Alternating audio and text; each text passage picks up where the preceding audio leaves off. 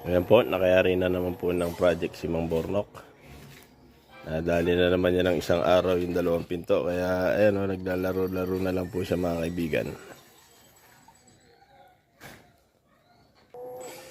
Ito yung ina-assemble niya kahapon, kinakaralan.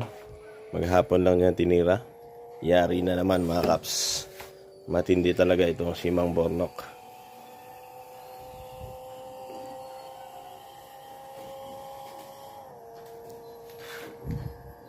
Sa isang araw na natin ikabit yan ba yan o? Ito. Oh. Ikabit pala ito, ano? Oh, meron.